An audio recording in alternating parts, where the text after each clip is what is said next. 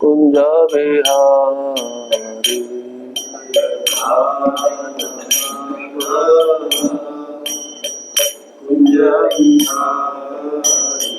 जय गोपी जन वल्लभा गिरिवरधारी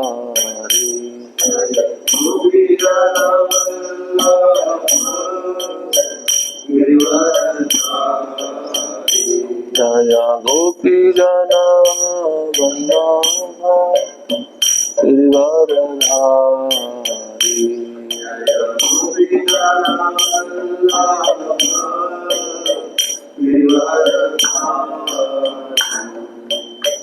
यशोदानंदन ब्रजनंदन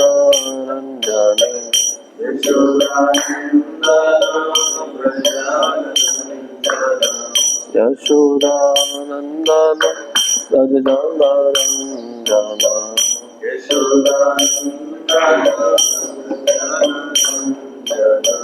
यमुना तीरा वनचारी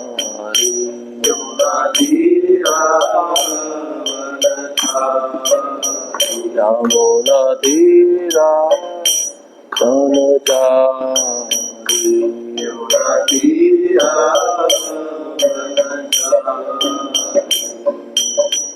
हरे कृष्णा कृष्णा कृष्णा हरे हरे हरे राम राम राम हरे हरे हरे कृष्णा कृष्णा कृष्णा हरे हरे हरे राम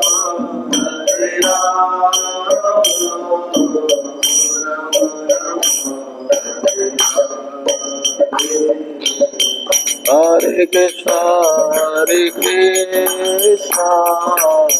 कृष्णा कृष्णा हरे हरे हरे राम राम राम हरे हरे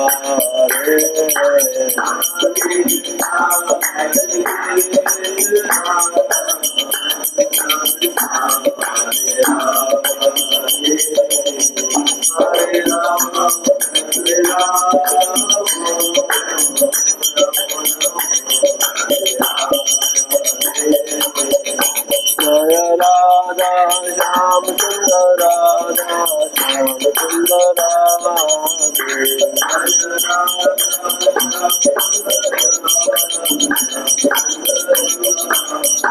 जय प्रभुपदा प्रभुपदा प्रभुपदा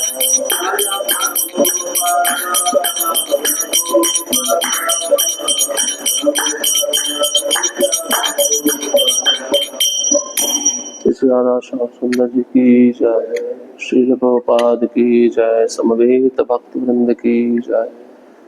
ओम नमो भगवते वासुदेवाय।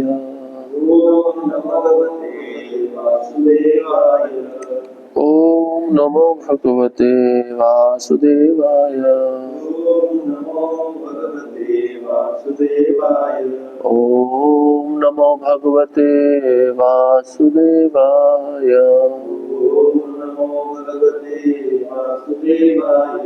नारायणं नमस्कृत्यं नरं चैव नरोत्तमं देवीं सरस्वतीं व्यासं ततो जयमुदीरयेत्। नष्टप्रायेषु भद्रेषु नित्यं भागवत सेवया भगवती उत्तमा श्लोके भक्तिर्भवति नैष्ठिकी। कृष्णाय वासुदेवाय कृष्णाय वासुदेवाय देवकी नंदनाय च देवकी नंदनाय च नंदगोपकुमाराय गोपकुमाराय गोविंदाय नमो नमः। गोविंदाय नमो नमः। ग्रंथराज श्रीमद् भागवतम स्कंद पहला अध्याय 13 श्लोक क्रमांक 1। लेकिन इससे पहले जो अध्याय था उसका अंतिम श्लोक रह गया, उसका तात्पर्य नहीं है, पहले वो पढ़ेंगे। ततो राज्ञाभिनुज्ञातः कृष्णया सह बन्धुभिः ययो द्वारवतीं ब्रह्मन् सार्जुनो यदुभिवृता। अनुवाद। हे शौनक, तत्पश्चात भगवान ने राजा युधिष्ठिर, द्रौपदी तथा अन्य संबंधियों से विदा लेकर अर्जुन तथा यदुवंश के अन्य सदस्यों के साथ द्वारका नगरी के लिए प्रस्थान किया। इस प्रकार श्रीमद् भागवत के प्रथम स्कंद के अंतर्गत सम्राट परीक्षित का जन्म नामक 12वें अध्याय के भक्ति विधान तात्पर्य पूर्ण हुए। श्लोक क्रमांक 1, अध्याय क्रमांक 13। अध्याय का शीर्षक है धृतराष्ट्र द्वारा गृह त्याग। सूत उवाच सूत उवाच विदुरस्तीर्थयात्रायां विदुरस्तीर्थयात्रायां मैत्रेयादात्मनो गतिम् मैत्रेयादात्मनो गतिम् ज्ञात्वा अगात हस्तिनपुरम् ज्ञात्वा हस्तिनपुरम् तया वाप्त बिभीत्सतः।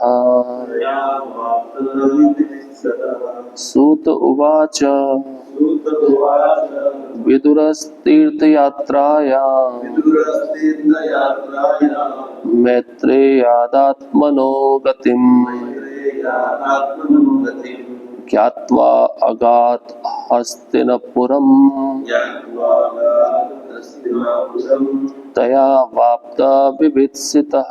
तया वाप्तविभीत्सितः।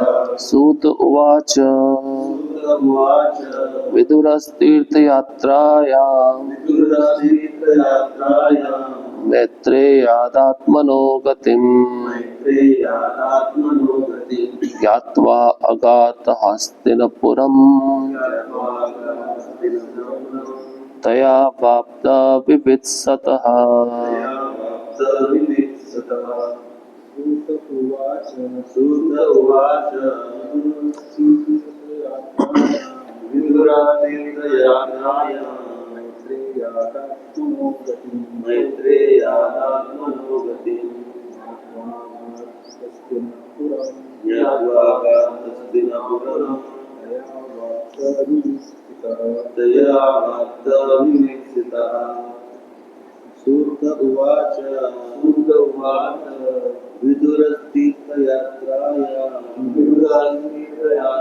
विदुरस्तीर्थयात्रायां मैत्रेयादात्मनो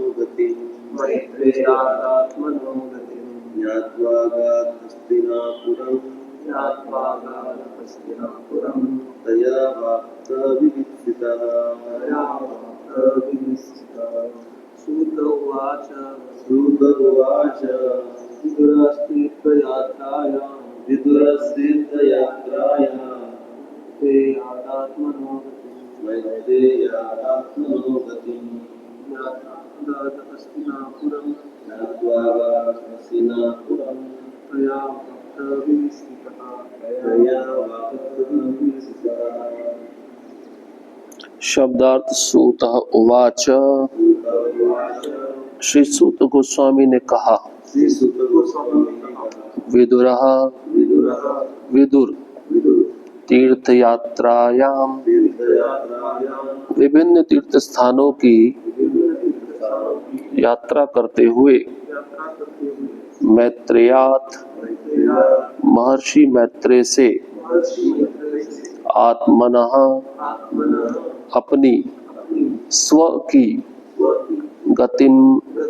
गति गंतव्य ज्ञात्वा जानकर अगात लौट आया हस्तिनपुरम हस्तिनापुर नगरी में तया उस ज्ञान से अवाप्त प्रचुर लाभ उठाने वाला, विविध सतह प्रत्येक ज्ञेय विषय में निष्णात।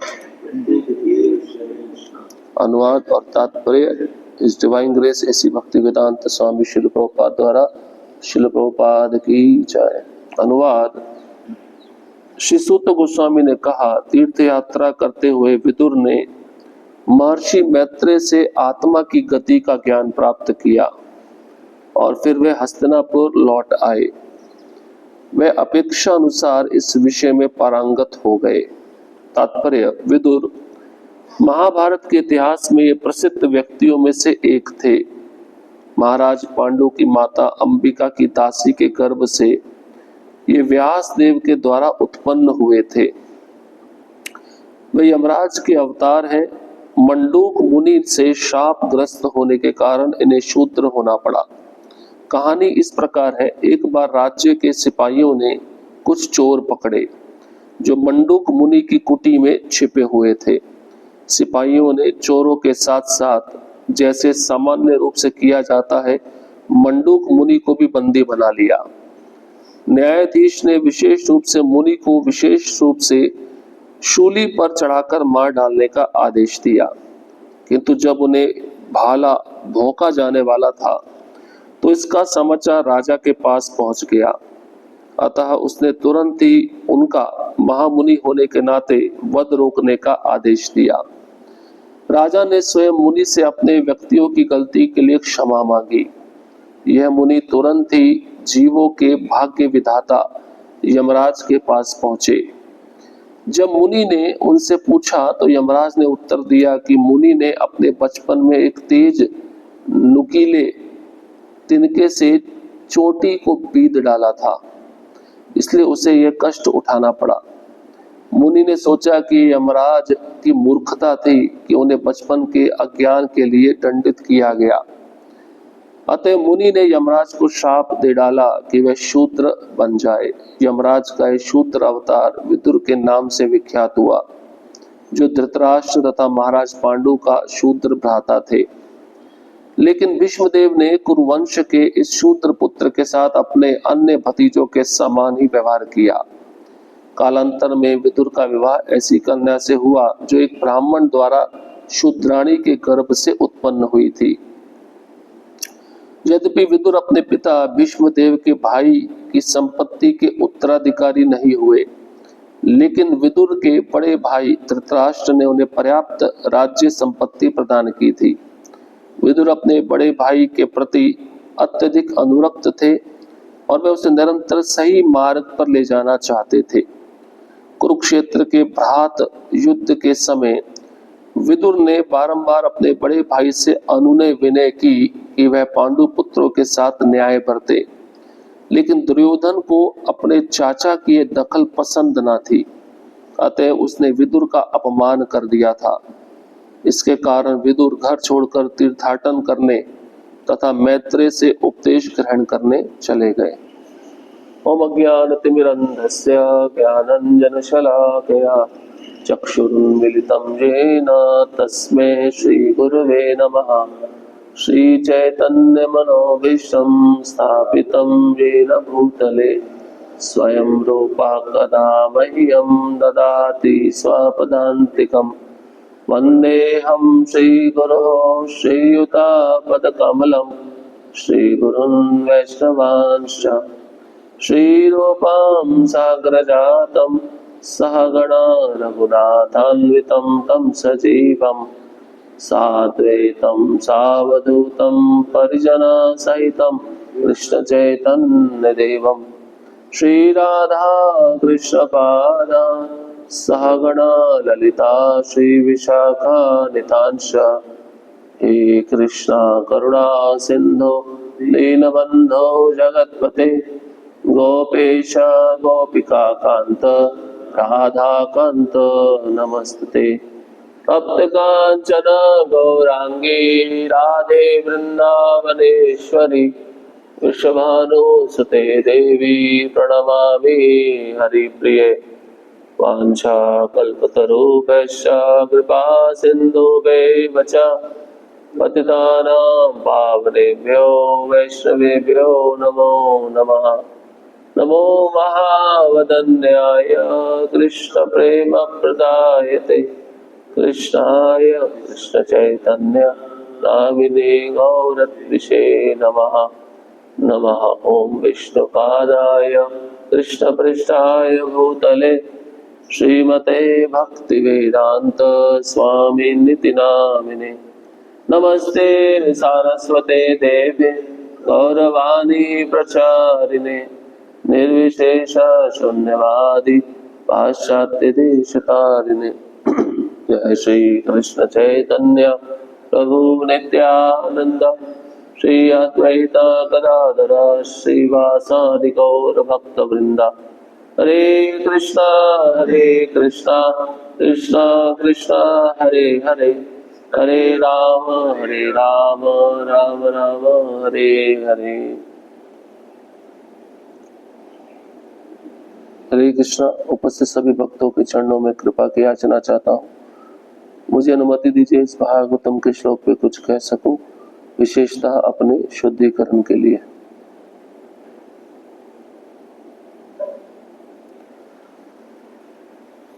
आज हम नया अध्याय प्रारंभ करने जा रहे हैं, धृतराष्ट्र द्वारा गृह त्याग। लेकिन इसके पूर्व के श्लोक में आप सभी परिचित होंगे कि महाराज युधिष्ठिर अश्वमेध यज्ञ करना चाहते थे। उसके लिए बहुत धन चाहिए था। अपने भाइयों को अलग दिशाओं में भेजकर धन इकट्ठा कर कर महाराज युधिष्ठिर ने वो यज्ञ संपन्न किया। अपने को दोषी मानते थे कि इतने सारे जो लोग मरे हैं कुरुक्षेत्र के युद्ध भूमि में, उसका कारण मैं हूं। और भगवान ने भी यज्ञ करवाकर उनको राजा बनाकर प्रस्थान किया द्वारका के लिए। इसके पिछले वाले श्लोक में बताया गया, सूत गोस्वामी शौनक आदि ऋषियों को कहते हैं, भगवान राजा युधिष्ठिर द्रौपदी अन्य संबंधियों से विदा लिए, मतलब हस्तिनापुर छोड़ दिए और अर्जुन को साथ में लेके गए द्वारका। अभी आगे वर्णन आएगा, जब अर्जुन वापस आ रहे होंगे तो भगवान तो अपने धाम में जा चुके होंगे, तो युधिष्ठिर महाराज अर्जुन को पूछेंगे, तुम इतने तेजहीन क्यों हो, या तुमसे कोई गलती हो गया? तो अर्जुन को साथ में ले गए थे भगवान। और यदुवंश के जो अन्य संबंधी रह गए थे हस्तिनापुर में, उनको भी अपने साथ में लिए और द्वारका नगरी के लिए प्रस्थान किया। अब आज के श्लोक में बताया गया, सूत गोस्वामी शौनक आदि ऋषियों को कहते हैं महर्षि विदुर के बारे में। विदुर आप जानते हैं कुरुक्षेत्र के युद्ध भूमि में भाग नहीं लिए थे। उनका अपमान दुर्योधन ने किया था। दासी पुत्र है। पहले के जमाने में राजा बहुत सारी अपने पत्नियों के साथ दासियां भी रखते थे। तो दासियों के साथ संग करके शिशु जो उत्पन्न होता था उसको दासी पुत्र कहा जाता था, उसको मेंटेनेंस मिलता था। तो विदुर जी ऐसे ही जन्म लिए थे। इनका वृत्तांत प्रभुपाद जी तात्पर्य में बताए हैं। शाप दिया था इनको मंडूक ऋषि ने। तो ऋषियों में इतनी शक्ति होती थी, यमराज को वहां पे जाकर शाप दे दिया। यमराज जो कि सबका काल के विधाता है, सबको दंड देते हैं, मृत्यु के समय पे आनी चाहिए। तो मंडूक ऋषि का शाप इनको झेलना पड़ा था, इनको शूद्र बनना पड़ा था। इसलिए ब्राह्मण के गर्भ से शूद्राणी के रूप में इन्होंने जन्म लिया। तो इतिहास ऐसा बताया गया है कि बचपन में छोटी सी गलती हुई थी। हम ऐसा सोचते हैं बचपन में हम कोई भी पाप करे चलता है, कोई देखने वाला नहीं है। और यहाँ पे देखिए इतिहास बताया है। तो सिपाहियों ने चोरों को पकड़ा हुआ। चोर इसी ऋषि की कुटिया में छिपे हुए थे। तो सिपाहियों ने सोचा ऋषि मिला हुआ चोरों के साथ, तो लेके गए न्यायाधीश के पास में। न्यायाधीश ने सूली पर चढ़ा दो। जैसे राजा को पता चला, राजा ने तुरंत इस ऋषि का वध रोक दिया। अब ऋषि के मन में विचार है, मेरे से ऐसा क्या पाप हुआ जो मेरे को सूली पे चढ़ाया जा रहा है? मैंने तो कोई पाप नहीं किया, पूछूं तो सही जाके। तो ऋषि में इतनी शक्ति थी, यमराज के पास चले गए संयमनीपुरी में। तो पूछा भी मेरा क्या पाप है? तो यमराज ने दिखा दिया, तुम जब छोटे थे तुमने कांटे से चींटी को बेधा था। भक्त लोग सोचते हैं पाँव में चींटी आ गई उसका उद्धार हो गया, हम उद्धारक बन गए हैं, हम अपना उद्धार तो नहीं कर पा रहे हैं लेकिन चींटियों का उद्धार करने वाले हम बन गए हैं। ये हमारी भावना है। भक्त ऐसा सोचते हैं हमारे मुंह से हरिनाम निकल रहा है तो चींटी ने सुन लिया होगा, उसका भगवत धाम गमन तय हो गया होगा। अब हमें पता नहीं है हमारा भगवत धाम गमन तय है या नहीं है, लेकिन चींटियों का हमें पता है। छोटा सा कांटा बेधा, क्या सजा मिली, सूली पर चढ़ा दो। हमसे तो फिर कितने पाप होते रहते हैं। इसलिए बोलते हैं जानबूझकर पाप नहीं करना चाहिए, ये भी जीव अपराध कहलाता है। जितना प्रयास हो सके पाप से बच के चलना चाहिए। चलते समय भी नीचे देखते रहना चाहिए, पाँव के नीचे कोई जीव जंतु ना आ जाए। इसलिए प्रभुपाद जी एक लेक्चर में कहते हैं इस संसार में आप पाप के बिना रह नहीं सकते हो, आपसे पाप होगा ही होगा। 5 प्रकार के पाप तो रोज होते हैं। गैस जलाया, कुकिंग के लिए पाप हो गया। श्वास ले रहे हैं, ये भी पाप है, जीव अंदर जा रहे हैं, मर रहे हैं। हवा में जीव है। झाड़ू लगाते हैं, जीव मर जाते हैं। मिक्सर ग्राइंडर चालू करते हैं, जीव मर जाते हैं। तो कहाँ बचेंगे हम? अब प्रश्न उठता है ये सब के बिना हम रह भी नहीं सकते, हमारा जीवन यापन इसी से होता है ना। तो ये सब बंद कर दें, खाना पीना बंद कर दें, ये करें, लेकिन साथ ही साथ कृष्ण भावनामृत में लगे रहें। कहने का प्रयास ही है। और एक विशेष बात बताई है तात्पर्य में, महर्षि मुनि से, मैत्रेय से इन्होंने ज्ञान प्राप्त किया। किसने? विदुर जी ने। इन्होंने लाभ उठाया। जैसे कोई भक्त का एक्सीडेंट हो जाए, वो अध्ययन नहीं किया है, उसको लेट के अध्ययन करना चाहिए, ज्यादा से ज्यादा लाभ उठाना चाहिए, कथा सुननी चाहिए। युद्ध में तो गए नहीं, किसी पार्टी का पक्ष तो लिया नहीं, विशेष संग लिया मैत्रेय मुनि का। मैत्रेय मुनि भी भगवान के महान भक्त हैं। 3रे स्कंद में विदुर जी और मैत्रेय ऋषि का वार्तालाप आता है। विदुर जी भगवान के विषय में पूछते हैं, उनकी शक्तियों के विषय में पूछते हैं। ये होता है साधु संग। अपना समय ना बर्बाद करते हुए, इधर उधर की बातें बेफिजूल ना करते हुए साधु संग करना। विदुर जी को पता है मेरे पास समय बहुत कम है, और अंतिम समय में जब भगवान जा रहे थे तो विदुर जी को याद किया था। विदुर जी इतने महान भक्त हैं। यमराज है वास्तव में, लेकिन वहां पे अपनी गद्दी पे किसी को बिठाकर भक्ति करने के लिए आए, समय निकाला उन्होंने। हमारे पास सुनने के लिए समय नहीं होता है, सेवा करने के लिए समय नहीं होता है, सुबह उठने के लिए समय नहीं होता है। यमराज जी स्पेशल शाप स्वीकार करके शूद्र शरीर में भक्ति करने के लिए पृथ्वी पर आए। कितना बड़ा मैनेजमेंट छोड़ के आए।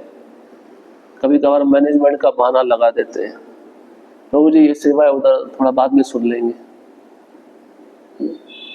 गलत है। भागवतम में भी वर्णन है, जब सुखदेव गोस्वामी राजा परीक्षित को कथा सुनाने लगे, पूरे संसार में बात फैली, तो सभी ऋषि मुनि अपने शिष्यों को लेके आए, अपने आश्रम में ताला लगा दिया। अब कथा होने वाली है, वहीं पे जाके बैठना है, सुनना है। भक्ति में सबसे पहले विधि श्रवणम है। तो परशुराम जी आए अपने शिष्यों को लेकर, दुर्वासा मुनि आए अपने शिष्यों को लेकर। सारे शिष्यों की लिस्ट भागवतम के प्रथम स्कंद में दी हुई है। वशिष्ठ मुनि आए, विश्वामित्र मुनि आए। सुन किससे रहे हैं? 16 साल के बालक से, जो अवधूत चूड़ामणि है। अब ऋषियों को ज्ञान नहीं था क्या? ये तो भगवान को प्रत्यक्ष देखे हुए थे। इससे क्या पता चलता है श्रवण कितना महत्वपूर्ण है। तुम सेवा चाहे कितनी भी कर लो, श्रवण नहीं कर रहे हो, तुम्हारी सेवा व्यर्थ जाएगी, व्यर्थ जाएगी, उसका कुछ लाभ नहीं होने वाला। दोनों चीजें संतुलन में होना चाहिए। इसलिए बोलते हैं भागवत विधि और दूसरी विधि क्या? पांचरात्रिक विधि। तो पुजारी यार पुजारी सेवा कर रहा है लेकिन श्रवण नहीं कर रहा है, वो भगवान के तत्वों को नहीं समझ पाएगा। उसको भगवान पत्थर ही दिखेंगे, एक ब्रास का मेटल दिखेंगे और कुछ नहीं दिखने वाले। भगवान उससे आदान प्रदान भी नहीं करेंगे। इसलिए संसार की व्यर्थ की बातों को छोड़कर भगवत कथा सुनने में अपने कानों को लगाना चाहिए, सबसे ज्यादा महत्वपूर्ण बात है। इसलिए विदुर जी ने लाभ उठाया। यहाँ पे एक शब्द आया है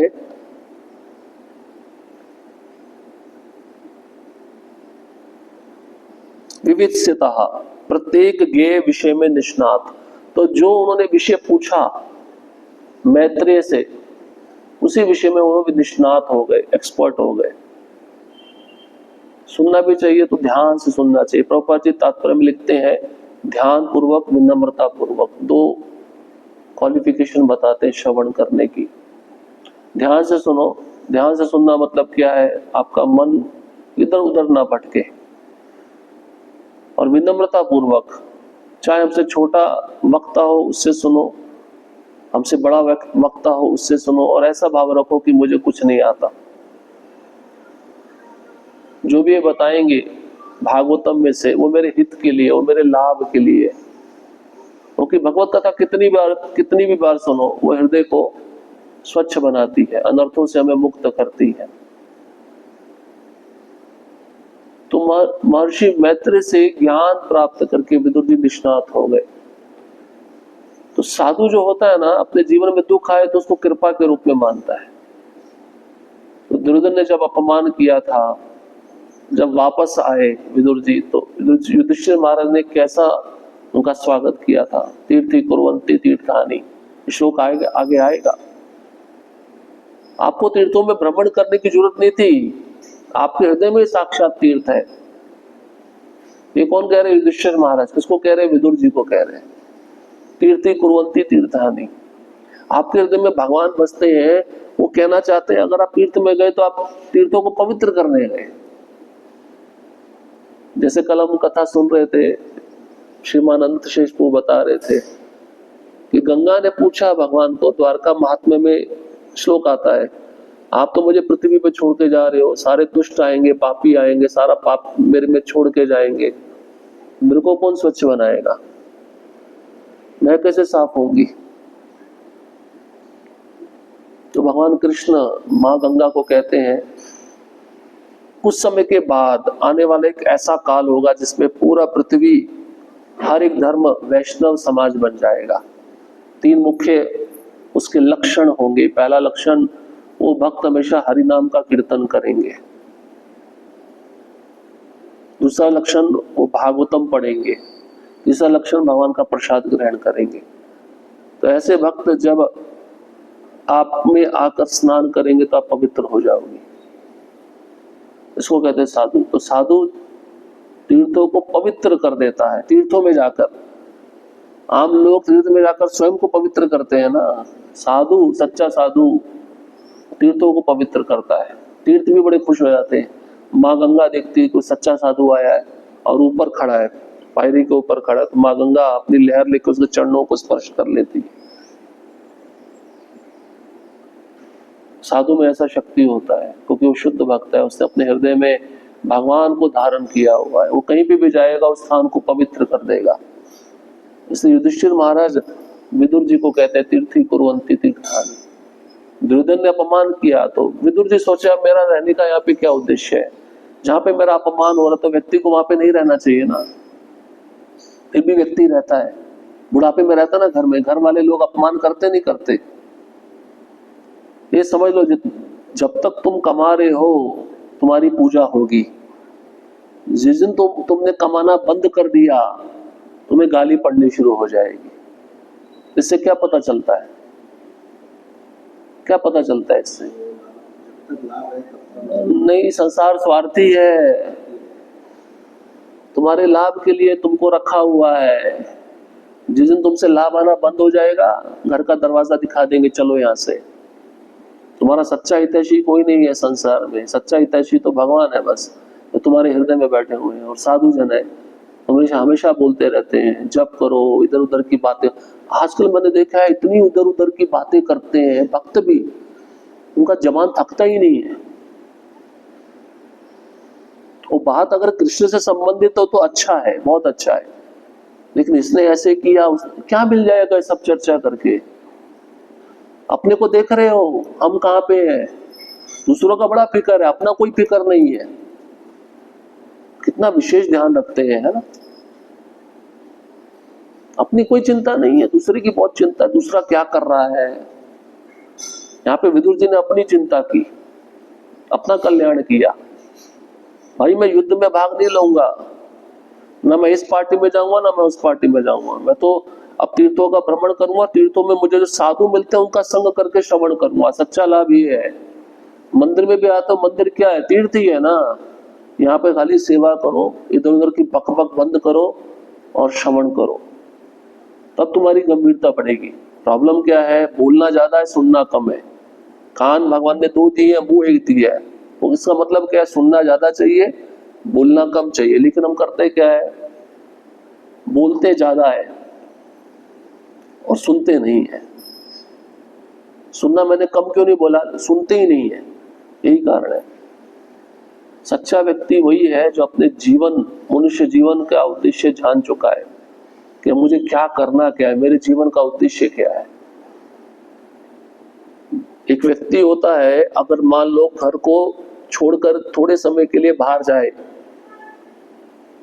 तो तैयारी करता नहीं करता है, क्या क्या लेके जाना, लिस्ट बनाता है, कितने कपड़े लेके जाने हैं, खाने पीने का सामान कितना लेके जाना है, कैसे जाना है या नहीं है। हर चीज में प्लानिंग होती नहीं होती है। ऐसा तो नहीं है अभी 5 दिन के लिए जाना तो मुंह उठाया चल दिए। अब आप सोचो, मनुष्य जीवन में जो आपको जीवन मिला है, पूरा करने के बाद इसके बाद हमारा आगे का सफर है या नहीं है। तो कई लोग तो सोचते हैं खाओ पियो मजा करो। किसने देखा है? बोला ना जस्ट डू इट, लिखा होता है ना, खाली नाम जस्ट डू इट, वो करते ही रहते हैं, बिना सोच विचारे करते रहते हैं। भक्तों ने भी वही टी शर्ट पहन लिया, I lost my heart in Vrindavan. अभी मन वृंदावन में खोया नहीं खोया, पर पहन लिया है बस। अच्छा है, खोने का प्रयास करो वृंदावन में, संसार में खोने का प्रयास मत करो। तो इस मनुष्य जीवन में जब हम अपना अंतिम समय आता है, उसके बाद में हमें आगे का सफर तय करना है। उसके लिए कुछ तैयारी करना है, नहीं करना है? नहीं, कुछ तैयारी नहीं करना है, आराम से बैठे रहना है, कोई टेंशन नहीं है। मृत्यु जब आएगी देखा जाएगा क्या करना है, इसके बारे में सोच के करना है। क्या अभी हमारा आयु नहीं है सोचने का।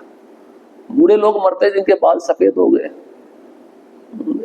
कुछ महीनों पहले बाहर गया था, काफी समय के बाद भक्तों को मिलते हैं ना, तो भक्त ध्यान से देखते हैं शरीर को, वही शरीर पूरा बदल गया है। मेरे को देखा तो बोले कुछ आपके सारे बाल सफेद हो गए।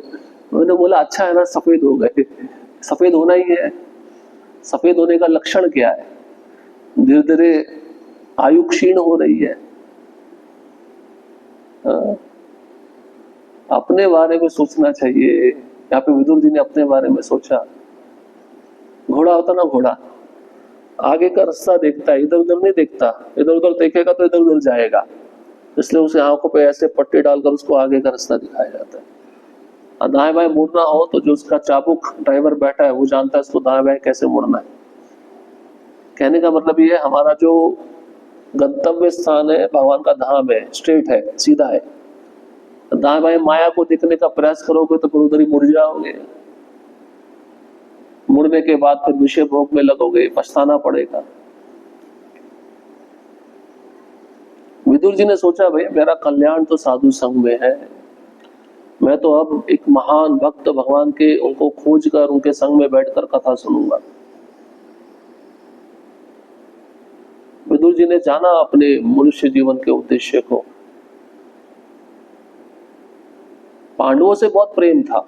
यहाँ पे प्रभुपाद जी तात्पर्य में लिखते हैं, विश्व पितामह ने उनको थोड़ी बहुत राज्य संपत्ति दी थी उनको जीवन यापन करने के लिए, लेकिन आसक्ति होते हुए उन्होंने दिखाया नहीं। अब यहाँ पे बताएंगे आगे, वापस भी आए हैं किसके कल्याण के लिए आए हैं? अपने भाई के कल्याण के लिए आए हैं।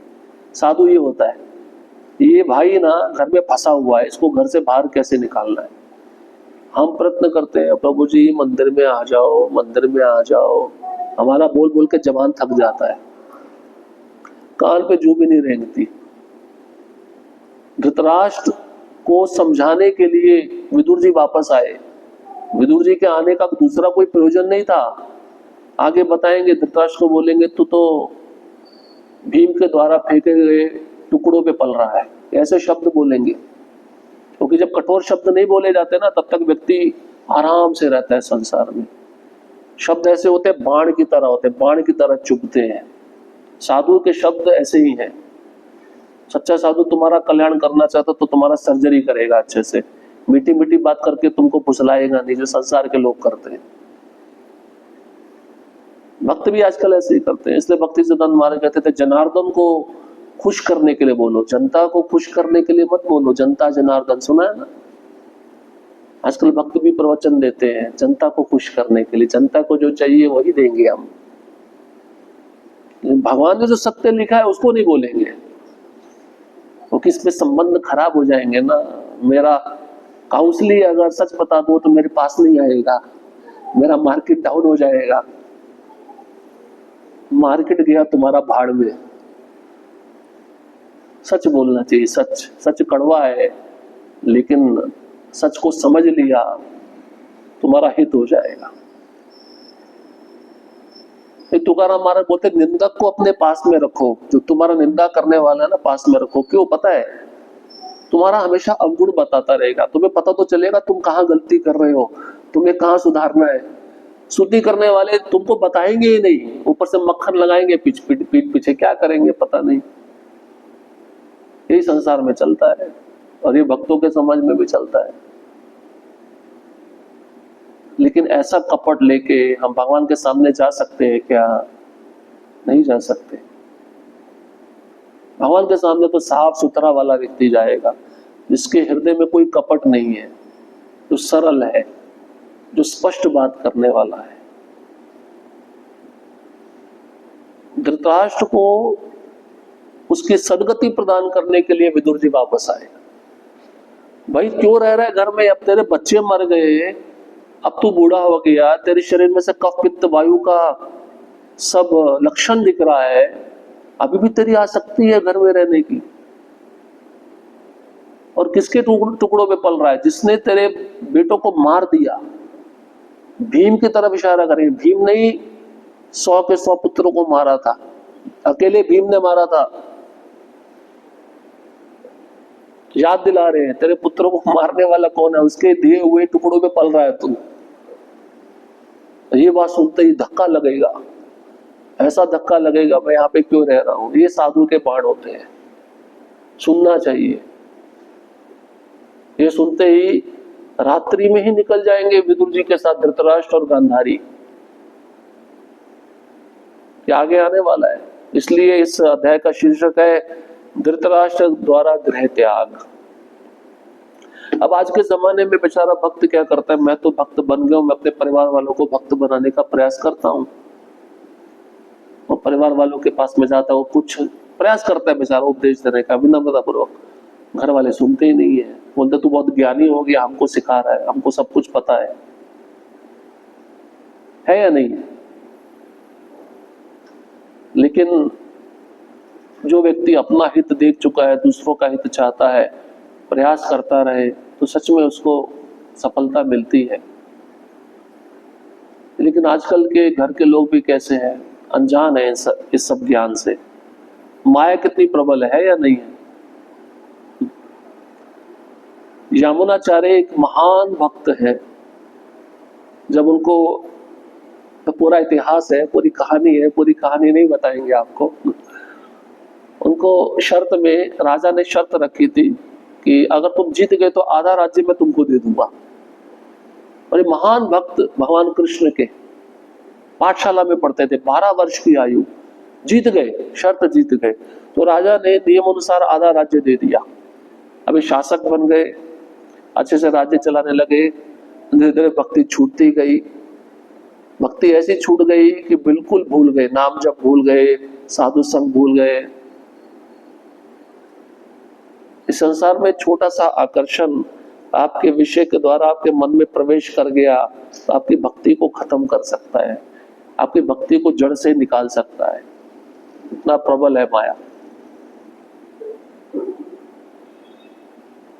यमुनाचार्य जैसे भक्त जब भक्ति को छोड़ दिए, तब उनके दादा नाथ मुनि ने सोचा इसको मुझे भक्ति में वापस लेके आना है।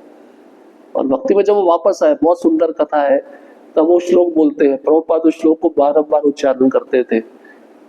भाव के स्तर पे पहुंच गए भक्ति के। और जब भी स्त्री का संग या विचार आता तो थूकते थे उसके ऊपर, थूकते थे।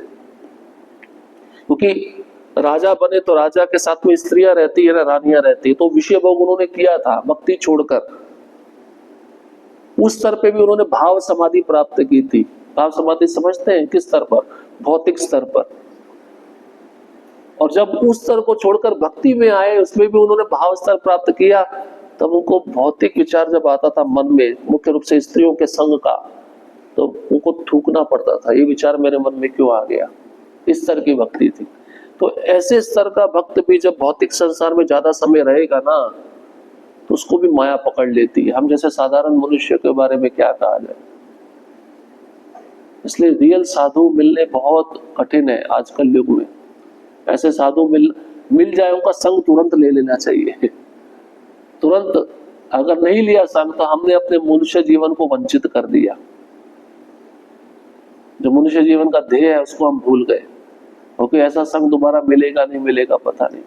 विदुर जी ने लाभ उठाया, मैत्रेय ऋषि का मुझे संग मिला है, और बहुत विनम्र थे विदुर जी, बहुत विनम्र थे। भक्ति में ज्ञान उसी को मिलता है जो विनम्र रहता है, और उस ज्ञान को अपने हृदय में धारण करके वह ज्ञान दूसरों को वितरण करता है। विदुर जी का महत्व केवल महाराज युधिष्ठिर समझते हैं, दुर्योधन नहीं समझ पाया। लिखा ना तात्पर्य में, समझाने का बहुत प्रयत्न किया था विदुर जी ने। और जब दुर्योधन ने देखा ये मेरे कबाब में हड्डी बन रहा है, मेरे अंदर तृप्ति में कांटा बन रहा है, तो उस कांटे को निकालना पड़ेगा ना। तो दुर्योधन ने भरी सभा में उनका अपमान किया। तो ऐसा अपमान विदुर जी बोले अच्छा है, जहां अपमान हो रहा है ना वहां पे मत रहो। लेकिन मनुष्य इतना मूढ़ हो चुका है, बार बार अपमान को सुनकर वहीं पे रहता है या नहीं? उसको लगता है ये लोग मेरे कितने हितैषी हैं, ये जो गालियां मुझे पड़ रही हैं ये कमल की पंखुड़ियों के समान है। उसका ऐसा विचार होता है। ये भगवान की कृपा है। अगर अपमान हो आपके जीवन में तो भगवान की कृपा है। इसको कृपा समझ के हमें आगे बढ़ना चाहिए। समय कितना है? समय है ही नहीं। हमें लगता है नहीं नहीं अभी है, बहुत समय है, अभी तो कुछ सफेद नहीं हुआ है, दांत भी नहीं गिरे हैं, जो त्वचा है वो भी लटकी नहीं है, अभी बहुत समय है। ऐसे करते करते समय बीत जाता है। विदुर जी आगे वही बताने वाले धृतराष्ट्र को, समय किसी के लिए रुकता नहीं है, और काल जिस समय पे आएगा उसी समय पे आकर आपको झपट लेगा, पकड़ लेगा। वो प्रतीक्षा नहीं करेगा तुम बूढ़े हुए हो या नहीं हुए हो, वो प्रतीक्षा नहीं करता है किसी चीज की। उसको जो अवधि दी है उस अवधि को पूरा करता है। इसलिए विदुर जी जानते हैं अब मेरे भाई को मुझे जन्म मृत्यु के चक्कर से निकालना है, लेके जाएंगे हिमालय की उत्तर दिशा की ओर, और बताएंगे ऐसे अष्टांग योग करो। धृतराष्ट्र और उनकी पत्नी अष्टांग योग करते हैं उस अवस्था में, और युधिष्ठिर महाराज बड़े शोक में होते हैं, मेरे ताऊ जी कहाँ गए। नारद जी आके समझाएंगे, आज से 7वें दिन वो भगवान के पास चले जाएंगे, अब आप उनका चिंता करना छोड़ दो, अपनी चिंता करो, दूसरों की चिंता मत करो। दूसरों को पालने के लिए भगवान बैठे हैं। तो लोगों की धारणा होती है मेरे जाने के बाद मेरे परिवार का क्या होगा, इनको कौन खिलाएगा, इसलिए हम फुल टाइम नहीं होंगे, हम फुल टाइम हो गए इनको कौन खिलाएगा। मतलब इसका मतलब क्या है? मैं कमा रहा हूं, इसका मतलब मैं खिला रहा हूं। मैं, तुम्हारा मैं क्या है? भगवान के विश्व रूप के सामने तुम्हारा क्या मैं है? वो बकरी का मैं है और कुछ भी नहीं। इसलिए व्यक्ति डरता है सब कुछ छोड़ने से। इस्कॉन वालों के पास आने से डरता है, ये हमारा बाल निकलवा देंगे, हमको मंदिर में रख लेंगे। कितना आसक्ति है संसार में, बाप रे बाप। वैसे छोड़ना मंजूर नहीं है, भक्ति में तरीके से छोड़ना मंजूर नहीं। मृत्यु आएगी तब छोड़ना मंजूर है, वो भी जबरदस्ती। मृत्यु के समय क्या होता है? मृत्यु इधर से खींचती है तुम्हारा सामान, तुम उधर से खींचते हो, लेकिन ज्यादा ताकत किस में है? मृत्यु में है। तुम्हें आखिरी समय छोड़ना ही होगा। तो अच्छा है पहले ही छोड़ दो ना, कल्याण इसी में है। तो विदुर जी ये समझाने के लिए आए हैं धृतराष्ट्र के पास। धृतराष्ट्र का जो गृह त्याग है ना, घर का त्याग, घर छोड़, अब तेरा समय हो गया, भजन कर, ये समझाने के लिए आए। और ये प्रयत्न करेंगे विदुर जी, उसमें निपुण हो जाएंगे, सक्सेसफुल हो जाएंगे, ये हम आगे सुनेंगे। ठीक है। हरे कृष्णा कृष्णा कृष्णा हरे हरे, हरे राम राम राम हरे हरे। किसी का कोई प्रश्न, कोई टीका या टिप्पणी?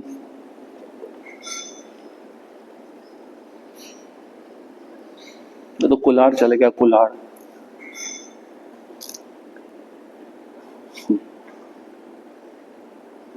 ने जो जानबूझकर चित्तू को मारा था, ये तो जानबूझकर हत्या हो गई।